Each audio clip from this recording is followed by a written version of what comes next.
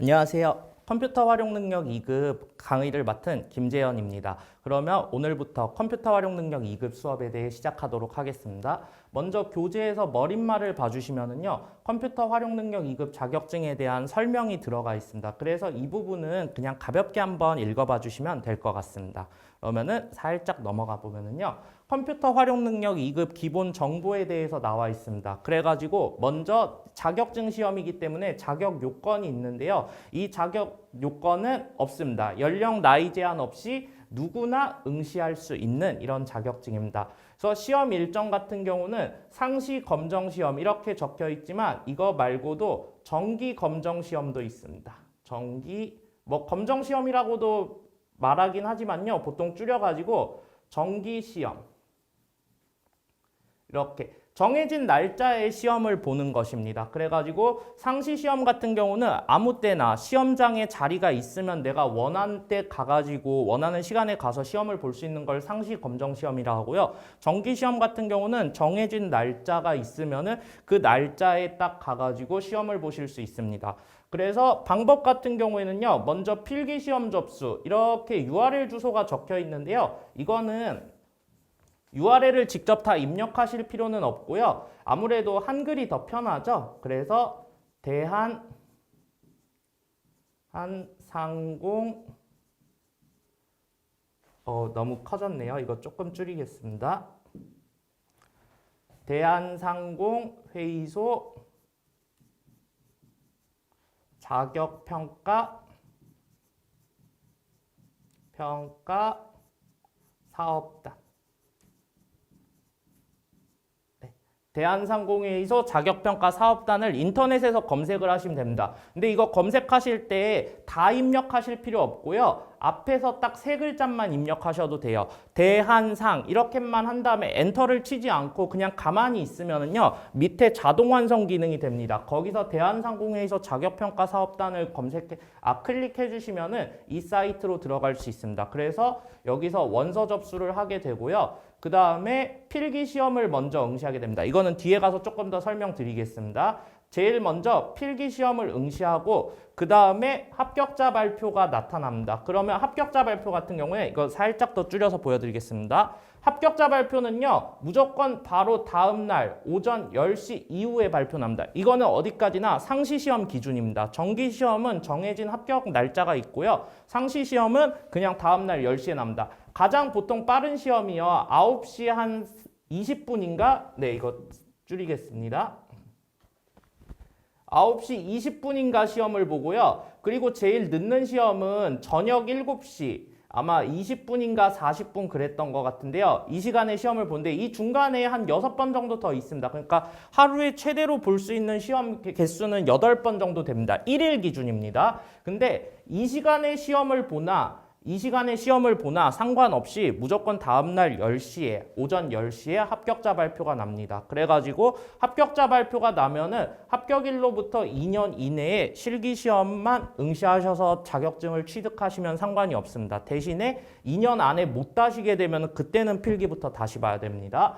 그래서 필기를 합격하게 되면은 똑같은 사이트에서 실기를 접수할 수 있습니다. 그리고 나서 실기 시험을 응시하게 될 겁니다. 이렇게 컴퓨터 작업형 시험으로 응시하게 되는데요. 40분 동안 시험을 보고 70점 이상이면 합격. 이것도 뒤에 가서 간단하게 설명드리겠습니다. 그리고 실기 같은 경우는 합격자 발표일이 조금 뒤에 있습니다. 그러니까 바로 채점 결과가 나오는 게 아니고요. 한 2주 정도 소요가 되는데요. 매주 금요일 오전 10시에 발표가 납니다. 그래서 이거는 실기시험 응시하러 가면은 몇 월 며칠 날 합격자 발표가 납니다라고 안내를 해드립니다. 그래서 그 합격자 발표가 나는 걸 보고 자격증을 신청하실 수 있습니다.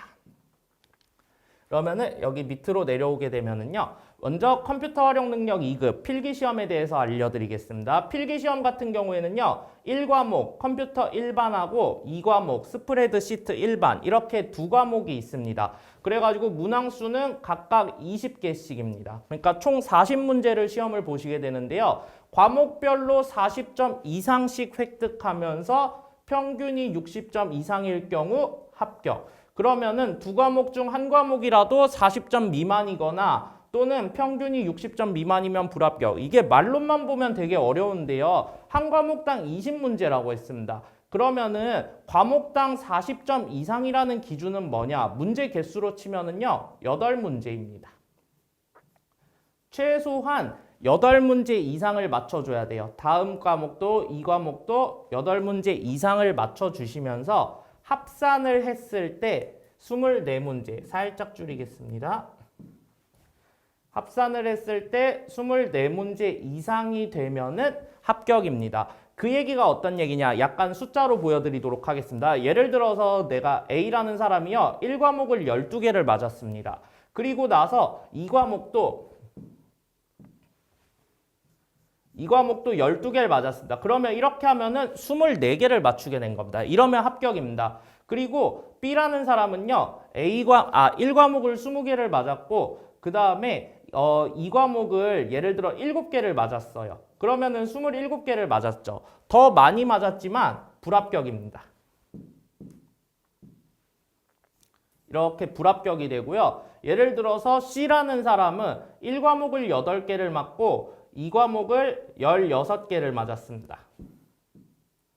이렇게 되면은 똑같이 24개지만 합격할 수 있습니다. 그러니까 결과적으로 중요한 것은 어떤 것이냐? 그 한 특정 과목만 많이 맞추면 안 됩니다. 골고루 24개 이상을 맞춰야 되는데요. 최소한의 기준으로 8개 이상은 맞춰야 됩니다. 만약에 8개를 못 맞추게 된다. 둘 중 어느 과목에서라도 8개를 못 맞추게 되면 떨어지고요. 그리고 특정 과목 하나만 잘해도 안 된다. 이렇게 생각해 주시면 될 것 같습니다. 그래서 이 얘기가 결국 이 얘기입니다. 자, 그러면 실기 시험 같은 경우에는요, 실기 과목은 먼저 MS 오피스 2016이라고 되어 있는데요. 이게 교재에서는 정오표가 나가거나 또는 수정돼서 나갈 겁니다. 예, 정식 명칭은 마이크로소프트 오피스, 그 다음에 그 프로페셔널 LTCS 프로페셔널 플러스 2021 이렇게 돼 있는데요. 예, 홈페이지 상에 공식적으로는 그렇게 나와 있지만 그냥 우리 쉽게 생각하시면은요. 2021이라고 생각해 주시면 됩니다. 2021 이렇게 바뀝니다. 네.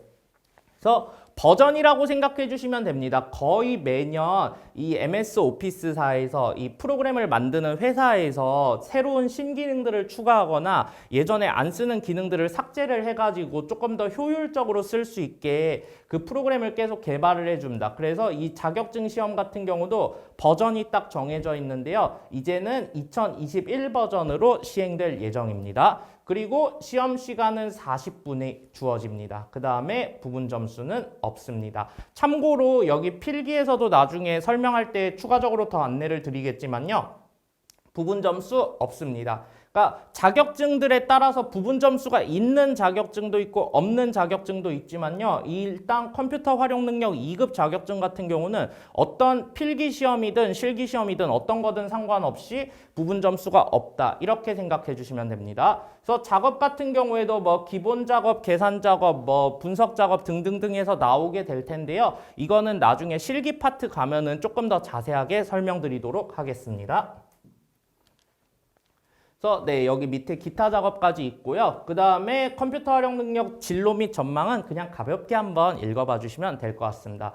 그리고 여기 정기 검정과 삼식 검정이 있다고 하던데 어떻게 다를까요? 해서 Q&A식으로 나오는 거는 가장 많이 이 자격증에 대해서 가장 궁금해하는 것들 중에 일부를 넣어놨기 때문에 이것도 한번 가볍게 읽어봐 주시면 될 것 같습니다. 여기도 넘어가겠습니다. 네, 그러면은 이제부터 컴퓨터 활용 능력 2급 필기 자격증부터 시작을 할 건데요. 1과목은 컴퓨터 일반입니다. 바로 위에서 너무 올라갔네요. 네, 여기 1과목이라고 나오게 되는데요. 이 1과목 컴퓨터 일반에 대해서 설명을 드리도록 하겠습니다. 먼저 이 컴퓨터 일반 같은 경우에는요. 암기 과목입니다. 자격증 시험 자체가 그 전문 용어들이 많이 나오기 때문에요. 그 용어들을 정확하게 숙지를 해가지고 나중에 문제를 풀 때 그거를 찾아가는 연습이 되시면 더 좋을 것 같습니다. 네, 그래서 1과목 컴퓨터 일반 중에서 챕터 1 컴퓨터 시스템 1이라고 되어 있습니다. 그러면 여기에 보시면은요. 컴퓨터 개요와 발전이라고 되어 있습니다. 그럼 컴퓨터라는 거는 무엇이냐?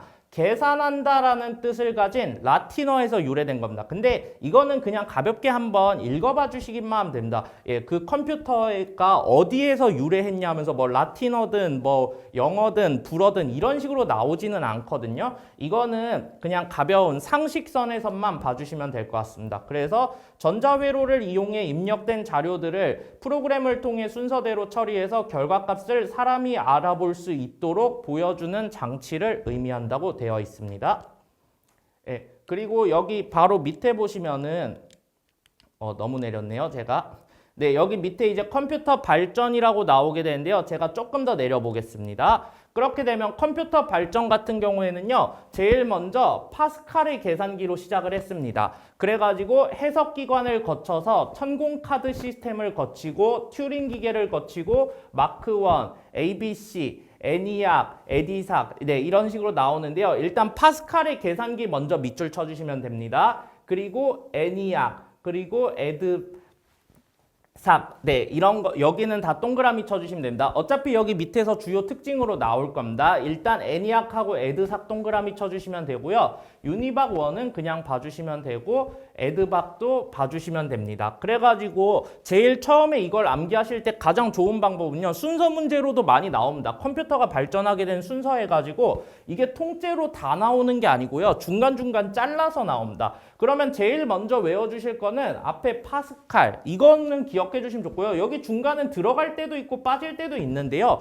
보통 앞뒤 두 개를 먼저 정확하게 외워놓는 게 좋습니다. 그리고 여기 에드 그 밖까지는 보통은 잘 안 가요. 그러면 어디까지 많이 가냐? 에드삭까지 많이 갑니다. 그렇기 때문에 파스칼하고 에드삭 정도는 정확하게 외워주시는 게 좋습니다. 그리고 조금 더 공부를 하신다면은 마지막에 에드박. 그러니까 이때는요, 가운데가 V냐 S냐, 예, 이 차이가 있거든요. 이것까지 갈 거면 조금 더 공부를 해야 되지만요, 일단 너무 깊숙이 안 들어가고 간단하게 들어갈 때는 파스칼의 계산기를 시작으로 에드삭까지, 네, 그리고 그 바로 앞에도 2가 있다. 일단은 이 정도까지만 기억해 주셔도 더 좋을 것 같습니다. 그래서 컴퓨터의 주요 특징으로요, 먼저 애니악, 이거는 따로 기억해 주시는 게 좋습니다. 그래서 별표를 하나 쳐주시면 더 좋을 것 같습니다. 그러면 애니악 같은 경우는요, 현대 컴퓨터의 기원으로 세계 최초의 전자식 컴퓨터이다. 뭐든지 최초가 중요한 법입니다. 예, 다른 것들이 중요하지 않은 건 아니지만 최초도 중요하기 때문에요, 이제부터 우리가 컴퓨터라고 부를 수 있는 게 시작되는 것은 애니악부터다. 이렇게 생각해 주시면 되고요. 그 다음에 에드삭. 네, 에드삭 같은 경우는 최초로 프로그램 내장 방식을 구현했다. 그러니까 안에 넣은 겁니다. 그래가지고 프로그램이 바깥에 나와 있는 게 아니라 지금처럼 안에 들어가가지고 뭔가를 구동할 수 있는 방식이라 생각해 주시면 되고요. 네, 유니박하고 에드박 같은 경우는요, 그냥 가볍게 한번 읽어봐 주시면 됩니다. 근데 유니박은 크게 중요하진 않고요. 그래도 나중에 공부를 할 때는 한 번씩은 읽어봐 주시는 게 좋습니다. 에드박 같은 경우는 이진법을 채택하였다. 예, 내장 방식 똑같지만요, 여기 이 내장 방식으로만 기억해 주시면 됩니다. 물론 세부적으로 발전하면서 더 디테일화되는 게 있지만요, 그것까지 엄청나게 디테일하게 물어보진 않기 때문에요, 내장 방식은 에드삭 정도로 기억해 주시면 되고요. 에드박 같은 경우는 이진법, 이런 핵심 단어들이 반드시 나옵니다. 이게 문제가 이렇게 이진법을 없애고서요, 프로그램 내장 방식하고 최초의 프로그램 내장 방식 이런 식으로 구분하기까지는 안 나오기 때문에요, 핵심 단어만 기억해 주면 됩니다. 네. 그리고 나서 이제 컴퓨터 세대별 특징을 보겠습니다. 제1세대부터 제5세대까지 각각의 세대에 따른 특징이 있습니다. 그런데 여기서 기억해 주실 첫 번째는요, 제1세대, 여기 동그라미 쳐주시면 됩니다. 일괄 처리 시스템을 사용하였다. 앞에 기계어 사용 이런 거는 모르셔도 됩니다. 그냥 일괄 처리 시스템이라면 이 단어만 기억해 주시면 되고요. 그 다음에 제2세대 같은 경우에는요, 여기 동그라미 쳐주시면 됩니다. 실시간 처리 시스템. 네, 제2세대에서 핵심은 실시간 처리 시스템입니다. 그리고 제3세대는 시분할 처리, 이거는 그냥 가볍게 봐주시면 되고요. 제4세대는요, 개인용 컴퓨터를 개발하였으며 가상기억장치 분산 처리 시스템을 사용하였다. 네, 그래가지고 여기도 그냥 여기서는요, 이거를 동그라미 쳐주시면 됩니다. 분산 처리 시스템. 네, 이게 핵심입니다. 그러니까 이게 나중에 순서 문제로 많이 나와요. 세대별 특징이라고 해서 1세대부터 5세대까지 고르라는 문제가 나올 수도 있고요. 또는 시스템의 발전 순서를 쓰시오 해가지고 그때는 일괄 처리 시스템에서 실시간 처리 시스템으로 간 다음에 분산 처리 시스템으로 간다. 중간에 시분할은요 크게 나오지 않으니까 크게 신경 쓰시지 않으셔도 되고요. 1세대, 2세대, 4세대로 이렇게 기억할 건 아니고요. 그냥 이거는 이 동그라미 친 것 자체로만 기억해 주시면 됩니다. 그러면은 1세대부터 5세대까지의 특징을, 개별적인 특징을 물어보는 문제는 어떻게 기억해 주시면 좋냐면요. 먼저 5세대를 별표 쳐주시면 됩니다. 그래서 5세대를 기억해 주시면 돼요. 근데 5세대에 보면은 인터넷, 인공지능, 퍼지 이론, 패턴 인식 등의 신기술을 개발하여 사용하였다고 되어 있는데요. 여기서 핵심적으로 기억해 주실 거는 퍼지라는 단어입니다. 다른 거는요, 지금 2023년, 2024년, 2025년 이렇게 22세기를 살아가는 21세기는 이제 지났죠. 이 세대에서 그 스마트폰 기능을 생각해 주시면 돼요. 스마트폰에 있는 다양한 기능들 있죠. 그거가 다 5세대라고 생각해 주시면 됩니다. 옛날에 내가 어릴 때는 없었는데 크면서 새롭게 생긴 다양한 기술들이 다 5세대에 있다고 생각해 주시면 되고요. 그 중에서 퍼지라는 거는요. 이 단어 자체로 기억해 주시면 돼요. 생각하는 컴퓨터라고 해가지고요.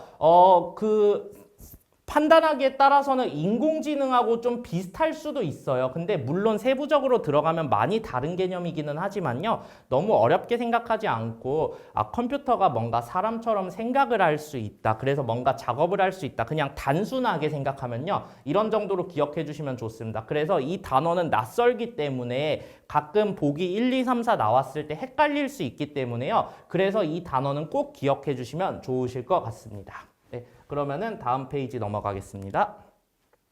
네, 이번에는 컴퓨터의 구성입니다. 그래서 구성은 크게 두 개로 분류할 수 있다고 되어 있는데요. 하드웨어하고 소프트웨어입니다. 그러면은 이 하드웨어하고 소프트웨어를 구분하는 가장 쉬운 방법은 어떤 거냐? 하드웨어 같은 경우는요, 손으로 잡을 수 있는 겁니다. 바깥에 있는 장치들을 생각하시면 돼요.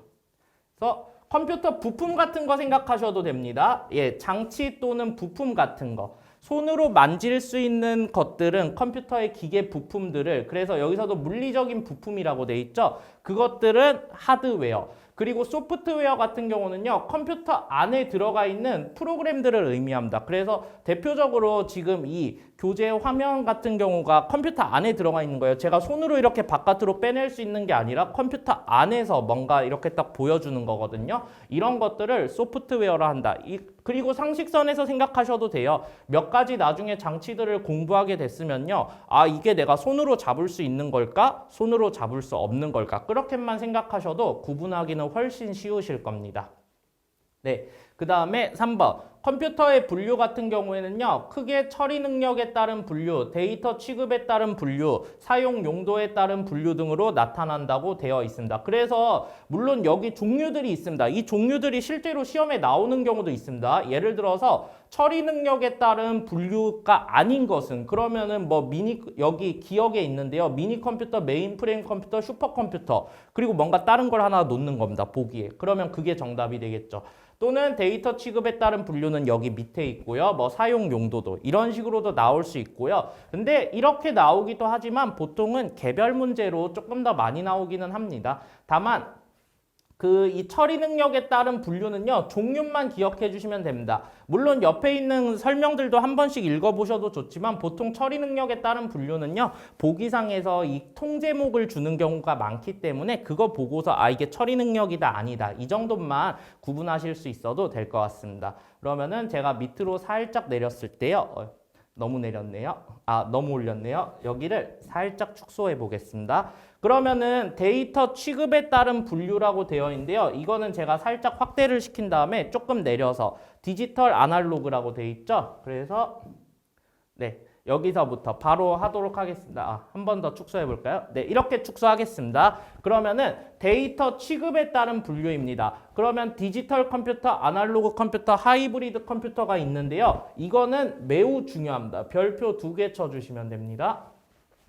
데이터 취급에 따른 분류 문제는요, 정말 잘 나옵니다. 일단 첫 번째로 나오는 유형은 어떤 거냐? 바로 위에 있는 것처럼요, 처리 기준에 해당하지 않는 거, 예, 그거 보기 골라라. 이런 것들이 많이 나오는데요. 첫 번째 유형인데요. 이거 세 개는 먼저 세트로 움직이신다고 생각해 주시면 돼요. 그래서 이게 어떤 거냐? 내가 예를 들어 문제를 읽었어요. 근데 뭔지 잘 모르겠어요. 네, 뭐가 처리고 뭐가 데이터 취급이요. 이렇게 막 머리 긁을 수도 있겠죠. 상관없습니다. 그때는 보기를 보시면 돼요. 근데 보기를 봤는데 예를 들어서 1번에 디지털 컴퓨터가 있었고요. 그 다음에 3번에 아날로그 컴퓨터가 있었고 4번에 하이브리드 컴퓨터가 있었다. 뭐 물론 번호 순서는 바뀌어도 상관없습니다. 그러면은 이 세 개가 같이 나왔죠. 보기상에서. 그럼 나머지 하나 찍으시면 돼요. 네. 그렇게 외워주시면 훨씬 좋습니다. 이게 1번 유형이에요. 세 개는 세트로 움직인다. 그리고 만약에 반대로요. 그 뭔지 모르겠는데 보기 4개를 봤는데요. 디지털, 아날로그, 하이브리드 셋 중에서 딱 하나만 나왔어요. 예를 들어서 뭐 1번은 A라는 게 나왔고 A 컴퓨터, 2번은 B 컴퓨터, 그리고 3번은 디지털 컴퓨터, 4번은 뭐 다시 C 컴퓨터 이런 식으로 나왔다. 그러면은 이게 정답이 됩니다. 예, 이런 게 문제 푸는 요령이에요. 그래가지고 일단은 세 개가 세트로 움직인다고 먼저 기억을 해주시면 좋습니다. 그 다음에 두 번째로 나오는 것은요. 더 많이 나오는 유형이긴 한데요. 여기 잠깐 지우겠습니다. 여기 별표 2개는 제가 다시 체크해 놓겠습니다. 디지털 컴퓨터하고 아날로그 컴퓨터를 비교하는 문제가 잘 나옵니다. 예, 이게 사실 조금 더 잘 나오는 문제기는 합니다. 그러면은 여기서 개인적으로 추천드리는 거는요. 핵심 단어를 외우는 건데요. 먼저 디지털 컴퓨터에서 논리, 네, 이거 동그라미 쳐주시면 되고요. 그 다음에 이산, 네, 동그라미 쳐주시면 되고요. 그 다음에 이거 범용, 개인용. 네, 개인용이라고 하면은 훨씬 더 잘 알 텐데 어쨌든 자격증 시험이다 보니까 전문 용어로 나올 수 있습니다. 그래서 범용이라는 표현으로도 많이 나오기는 하는데요. 같은 말입니다. 범용, 개인용은 같은 말이고요. 그 다음에 프로그램, 필요. 이렇게 딱 4개 단어만 외워주시면 됩니다. 논리, 이산, 범용, 개인용, 필요. 이렇게 4단어를 외워주신 다음에 이 4단어가 안 들어가는 나머지는 모두 아날로그다. 이렇게 기억해 주시면 훨씬 더 좋을 것 같습니다. 그러니까 말 그대로 디지털 컴퓨터는 우리가 일반적으로 쓰고 있는 컴퓨터입니다. 그래가지고 개인용 컴퓨터로도 많이 쓰는데요. 아날로그 컴퓨터 같은 경우는요. 조금 더 복잡한 작업들을 많이 합니다. 예, 뭐 미적분 연산이라든지 증폭회로라든지 뭐 단어가 어렵죠. 그러니까 단순하게 아날로그는 옛날 거, 디지털은 최근 거 이렇게 생각하기 쉽지만요. 여기서는 자격증 시험입니다. 약간 좀 다르게 접근해 주시면 좋아요. 최소한 데이터 취급에 따른 분류에 한해서만큼은 조금 다르게 생각해 주세요. 그래서 디지털 컴퓨터의 핵심 특징 4개 단어를 외운 다음에 이게 아니면은 모두 아날로그다. 이런 식으로 기억해 주시면 훨씬 더 좋을 것 같습니다. 그래서 하이브리드 컴퓨터 같은 경우에는요. 디지털과 아날로그 컴퓨터의 장점만, 단점, 무조건 장점만 있을 수 없겠죠. 단점도 있을 수 있는데요. 그 단점들을 모두 보완해서 장점들을 딱 쏙 빼내가지고 만들어진 게 하이브리드 컴퓨터인데요. 이거는 제가 처음에 얘기 드렸던 1번 유형 그 문제 구성할 때 보기 정도 구성으로만 나오기 때문에 또는 디지털하고 아날로그 컴퓨터를 비교할 때 가끔 그냥 보기 설명 하나 정도 내두는 정도 있거든요. 그래서 참고사항으로만 봐주시면 됩니다. 크게 정답이 되는 경우는 거의 없다고 생각해 주시면 됩니다. 물론 아예 없지는 않겠지만요. 거의 없다. 그래서 특히 중요한 거는 여기다. 디지털하고 아날로그를 비교하는 거다. 이렇게 생각해 주시면 될 것 같습니다. 그러면은 이번에는 사용 용도에 따른 분류입니다. 그래서 범용하고 전용. 범용 같은 경우는 여기도 나왔죠. 디지털 컴퓨터의 특징으로도 나왔습니다. 누구나 원하는 목적에 사용할 수 있는 컴퓨터다. 그냥 개인용으로 같이 기억해 주세요. 그리고 전용 컴퓨터 같은 경우는 특수한 목적을 가지고 만들어졌다. 누구나 다 쓸 수 있는 게 아니고 필요한 상황에 따라서 특정 임의의 사람만 쓸 수 있다. 이렇게 생각해 주시면 될 것 같습니다. 네, 이번엔 두 번째로 운영체제입니다. 그래서 운영체제, OS라고도 부릅니다. 이거는요, 사용자가 편리하게 컴퓨터를 사용할 수 있도록 중간에서 하드웨어와 응용 소프트웨어를 제어하고 중재하는 역할을 한다. 그러니까 고체인 물체, 네, 하드웨어는 고체라고 했죠. 손으로 만질 수 있는 거. 그리고 소프트웨어는 컴퓨터 안에 들어가서 손으로 만질 수 없는 거. 그러면은 대표적인 고체가요. 나중에 한 번 더 입력 장치 통해서 배우겠지만 제가 그림을 잘못 그렸네요. 네. 이렇게 제가 그림은 잘 못 그립니다. 예. 예를 들어 키보드가 있고요. 그다음에 네, 이렇게 마우스가 있습니다. 그럼 뭔가를 클릭하거나 입력을 했을 때 그거를 컴퓨터 이 안에 있는 게 저희가 물리적인 거를 뭔가를 누르거나 했을 때 그 안에서 반응을 해줘야겠죠. 그거를 중간에서 이렇게 연결시켜주는 역할을 한다. 이렇게 기억해 주시면 됩니다. 그러면은요, 여기서 운영체제 종류 같은 경우에 이렇게 여러 개가 있는데요. 이 5개는요, 어쩔 수 없습니다. 암기해 주셔야 됩니다. 네. 4개나 5개가 나온다. 또는 최소한 3개 이상. 예, 3개 이상부터 5개까지 나온다는 건 어떤 얘기냐면요. 보기를 골라내는 문제가 나오기 좋습니다.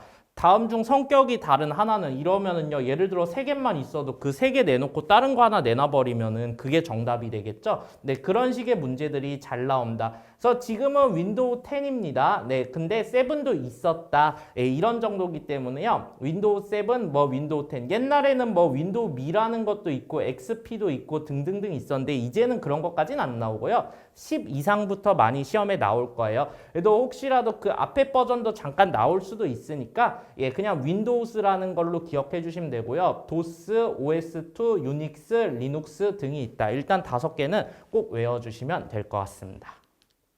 네, 그래서 이건 또 내려가겠습니다. 네, 이렇게 내려가게 되면은요, 운영체제 프로그램은 이제 제어 프로그램하고 처리 프로그램이 있다고 했습니다. 그래서 운영체제 프로그램 중에서 여기서 기억해 주실 거는요, 제어 프로그램입니다. 그 중에서도 제어라는 단어만 꼭 기억해 주시면 됩니다. 다른 거는 중요하지 않고요. 이 2개를 구분할 때는 제어라는 단어만 있으면 되는데요. 여기서도 핵심되는 단어가 있습니다. 제어하고 관련돼서는요, 먼저 관리라는 단어를 기억해 주시면 되고요. 그 다음에 감시. 네, 이거를 먼저 기억해 주세요. 제어 관련돼서는 관리, 감시. 그리고 나중에 뒤에 가면 한 번 더 설명드리기는 할 건데요. 추가적으로 외워주실 단어가 있습니다. 지시, 감독. 네.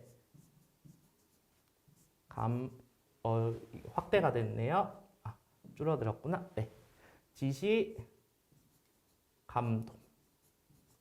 이 단어들을 꼭 기억해 주시면 됩니다. 제어하고 관련된 특징입니다. 이것만 외우시면요. 뒤에 가서 배우는 것도 훨씬 쉬우실 거예요. 프로그램이나 뭐나 이런 단어들까지는 안 외우셔도 되는데요. 제어랑 관련돼 있다. 그럼 이것까지입니다. 제어, 관리, 감시, 지시, 감독. 이 5개만 외워주셔서 이 5개 단어는 모두 제어에 관련된 거다. 그러면은 그 외에 나머지 것들은 제어가 아니다. 이런 식으로 골라내실 수 있으시면은 외우실 게 훨씬 많이 줄어들어서 더 좋으실 겁니다. 네. 이번에는 응용 소프트웨어입니다. 처리는 그냥 가볍게 한번 읽어봐 주시면 돼요. 제어만 정확히 기억하시면 됩니다. 그래서 응용 소프트웨어 같은 경우는요. OA 관련 소프트웨어, 문서 작업 관련된 소프트웨어하고 그래픽 관련 소프트웨어, 그 다음에 기타 소프트웨어 등이 있는데요. 그냥 가볍게 한번 읽어봐 주시면 될 것 같습니다. 시험에 자주 나오진 않습니다. 잘 나오지는 않지만 그래도 한 번씩 성격이 다른 것은 또는 OA 관련 소프트웨어에 해당하지 않는 것은 이런 문제들이 나올 수 있기 때문에요. 이것도 단순한 암기입니다. 네. 그 다음에는 사용권에 따른 소프트웨어 분류. 이거는 별표 쳐주시면 됩니다. 이것도 핵심 단어만 기억해 주시면 됩니다. 너무 이 문장을 다 기억할 게 아니고요. 핵심 단어만 기억해 주시면 되는데요. 먼저 첫 번째 상용 소프트웨어입니다. 이거 동그라미 쳐주시면 됩니다. 그럼 이거의 핵심 단어는 어떤 거냐? 구입입니다. 상용 소프트웨어는 꼭 구입이라는 단어가 안 나올 수도 있지만 문맥상 의미로 뭔가를 구입한다. 그런 단어가 나오면 상용 소프트웨어입니다. 그리고 프리웨어 같은 경우에는요. 네, 공개, 무료의 동그라미 쳐주시면 됩니다. 네, 이거는 누구나 사용할 수 있다. 예, 자유롭게 사용할 수 있다 해서 무료가 핵심 단어이고요. 그 다음에 쉐어웨어, 이거는 잘 나옵니다. 쉐어웨어 같은 경우는요. 특정 기능 또는 기간을 제한한다. 그러니까 특정이라는 단어도 같이 밑줄 치죠. 특정 기능 또는 기간을 제한한다. 전부 다 프리웨어처럼 공개하는 게 아니고요. 일부 기능만 살짝 보여주는 겁니다. 맛보기 형식으로 보여줘가지고 사용한 후에 사용자의 구매를 유도한다. 결국 핵심되는 단어는 지금 밑줄 친 부분입니다. 그 다음에 알파 버전, 네, 알파 테스트라고도 합니다. 여기서 나오는 버전이라는 표현들은요, 테스트라는 단어로도 시험 문제에선 나올 수 있습니다. 같은 말입니다. 알파 테스트, 알파 버전 모두 둘 다 같은 말이라고 생각해 주시면 되고요. 베타 테스트를 하기 전 핵심 단어는요, 이것입니다. 제작사, 회사입니다. 그 프로그램을 만든 회사에서 먼저 시행하는 테스트를 알파 버전 또는 알파 테스트라고 하고요. 그 다음에 베타 버전, 베타 테스트 같은 경우 핵심 단어는요, 불특정 다수에게 시행하는 테스트. 그러니까 먼저 회사에서 1차적으로 테스트를 끝내고 나서 이제 불특정 다수에게 여러 명의 사람을 그 선발을 해가지고 테스트를 시켜본 겁니다. 문제가 있는지 없는지 그거를 체크해 보는 것입니다. 그리고 나서 데모 버전 같은 경우는요, 핵심 단어가 홍보입니다. 네, 이 단어들로 연결시키실 수 있으면 됩니다. 그리고 패치 버전 같은 경우에는요, 오류를 수정, 여긴 밑줄 쳐주시면 됩니다. 그 다음에 성능을 향상, 그리고 나서 업데이트, UPDAT, 업데이트. 결국 오류를 수정하거나 성능을 향상한다는 게 업데이트 시킨다랑 같은 말이 될 수 있거든요. 그래서 이 핵심 단어를 딱 기억해 주신 다음에 그 단어를 통해서 문제에서 정답을 찾아내실 수 있으시면 될 것 같습니다. 네, 그러면 살짝 더 확대시킨 다음에 제가 이제 밑으로 내려보도록 하겠습니다. 네, 이제 바로 밑에 같은 경우는요, 언어 번역 프로그램이 나오게 되는데요. 언어 번역 프로그램은 이거 두 개 비교하는 문제가 나옵니다. 그래서 이거 같은 경우는 둘 중 하나만 정확하게 기억해 주시면 됩니다. 그러면 하나를 기억했을 때 나머지 하나는 반대다. 이렇게 생각해 주시면 돼서요. 컴파일러에서 핵심 단어는 어떤 거냐면요. 여기 있습니다. 프로그램이 필요. 그리고 일단 이거 밑줄 쳐주시면 되고요. 그 다음에 여기는 통으로 동그라미 쳐주시면 됩니다. 실행은 빠르지만 번역이 느리다. 정말 외우기 힘들 때는 여기 동그라미 친 것만 기억해 주세요. 컴파일러는 실행은 빠르지만 번역이 느리다. 그러면 인터프리터는 정확히 반대입니다. 여기 보시면은요, 프로그램이 필요하지 않으며라고 적혀 있죠. 그리고 반대로 번역은 빠르지만 실행이 느리다. 정확히 반대되는 개념이기 때문에요. 둘 다 외울 필요 없습니다. 둘 중 하나만 내가 정확히 외워가지고 그 반대구나. 이런 정도로만 접목시키실 수 있으시면요. 많이 어렵지는 않으실 겁니다. 네, 그래서 이번에 그 다음엔 유틸리티 프로그램이라고 있습니다. 이거는 네모박스 쳐주시면 좋고요. 사용자 편의를 위해 제공되는 윈도우스 미디어 플레이어, 계산기, 메모장, 그림판, 알집 등을 의미한다. 해당 프로그램들은 없더라도 컴퓨터 동작에는 상관이 없다. 여기가 핵심입니다. 컴퓨터 동작에는 전혀 상관이 없다. 여기는 별표 한번 쳐주시면 좋습니다. 그래서 있으면 좋아요. 없어도 상관없는 그런 프로그램이라고 생각해 주시면 돼요. 유틸리티 프로그램은요, 있으면 좋지만 없어도 전혀 상관없다.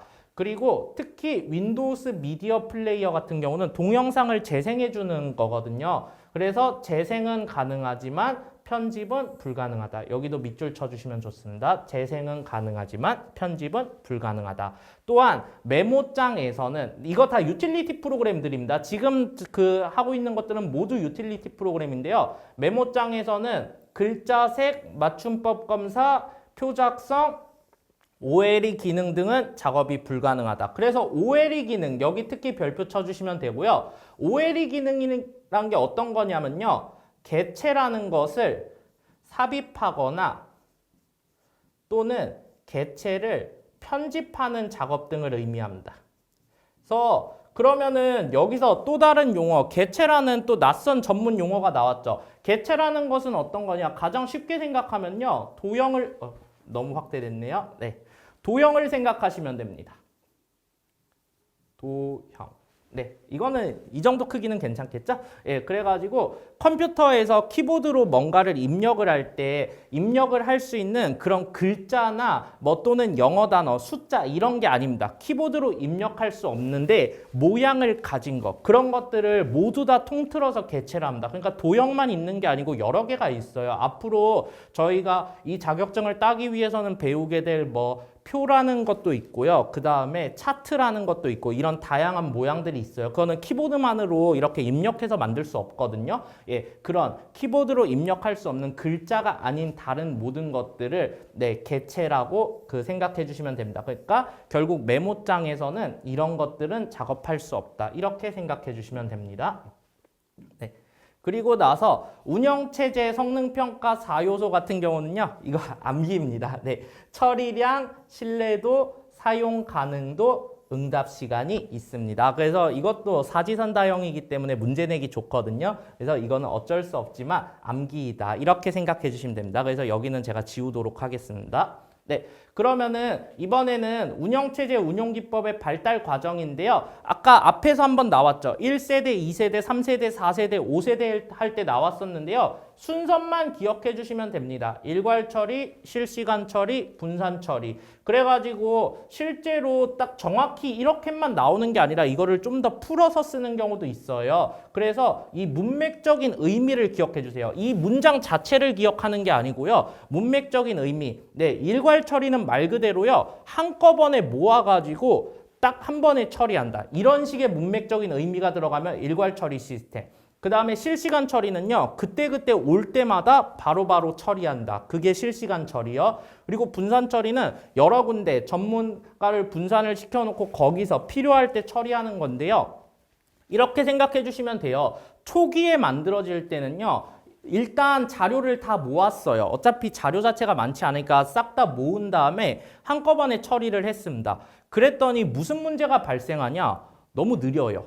언제 완성될지 몰라요. 또는 언제 끝날지 몰라요. 그러니까 불편해요. 많이 불편하다 보니까 그 방법을 바꿔봤습니다. 그때그때 처리하는 걸로. 예, 너무 이렇게 오랫동안 쌓아두는 게 아니라 바로바로 처리하자. 그래야지 편리하지 않겠냐. 그랬더니 무슨 문제가 발생했냐? 정확도가 많이 떨어집니다. 왜냐? 속도에만 주안을 뒀기 때문에 일단 빨리 끝내자. 이거에만 주안을 두다 보니까 또 너무 불편해요. 정확도가 떨어져서. 그 단점들을 보완한 게 분산 처리 시스템입니다. 그래서 일단 연락이 오면은요. 한 군데에서 이렇게 딱 모읍니다. 이렇게 모은 다음에 각각의 전문 분야, A 전문 분야, B 전문 분야, 뭐 C 전문 분야가 있으면 한 군데에서 모은 걸 가지고 각각 보내버려요. 이렇게 보내면은 그 전문 분야에 맞춰서 바로바로 응대가 가능하겠죠. 예, 백화점에서 고객센터가 있고 그 다음에 상담하는 곳이 따로 또 있는 거 그런 개념으로 생각해 주시면 돼요. 저는 보통 경찰서로 예를 더 많이 들기는 하는데요. 경찰서에 민원 상담실이 있습니다. 그럼 전화를 해가지고 어떠한 부분이 좀 막혀요. 아니면은 의뢰하고 싶어요. 이렇게 얘기하면은 뭐 그쪽 관련된 뭐 사이버 관련된 거면요. 예, 사이버 관련된 부서로 보낼 거고 뭐 형사 사건이면 형사부로 보낼 거고 이런 식으로 각각 보내서 거기서 추가적인 응대가 가능하게 한다. 이런 식으로 사례를 같이 접목시켜서 기억해 주시면은요. 외우는 게 훨씬 많이 줄어드실 수 있습니다. 네, 그 다음에 바로 밑에 프로그램 기법 중 하나인 객체 지향 프로그래밍. 네, 이거는요. 객체 지향이라는 단어. 이렇게 전체는 네모 한번 쳐주셔도 되고요. 객체 지향이라는 거는 별표 한번 더 쳐주세요. 이것도 시험에 많이 잘 나오는 것인데요. 네. 크고 복잡한 프로그램 구축이 어려운 절차형 언어의 문제점을 해결하기 위해 개발된 프로그래밍 기법으로 이런 말들은 기억 안 하셔도 되고요. 네, 여기 추상화, 캡슐화, 상속성, 다형성 등의 특징을 가지고 있다. 이 네 가지 특징을 기억해 주시면 됩니다. 보기가 훨씬 많이 길게 나오는데요. 그 단어들 중에서 이렇게 추상화나 캡슐화, 상속성, 다형성 등의 단어가 들어가 있다. 그러면은 그거는 객체 지향이라는 단어가 들어간 거를 보기에서 찾으시면 됩니다. 왜냐?